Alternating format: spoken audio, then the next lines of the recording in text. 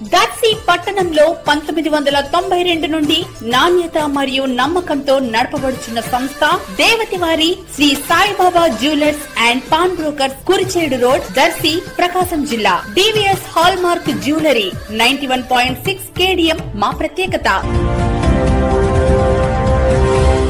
మన దర్శి వార్తలు ప్రేక్షకులకు నమస్కారం.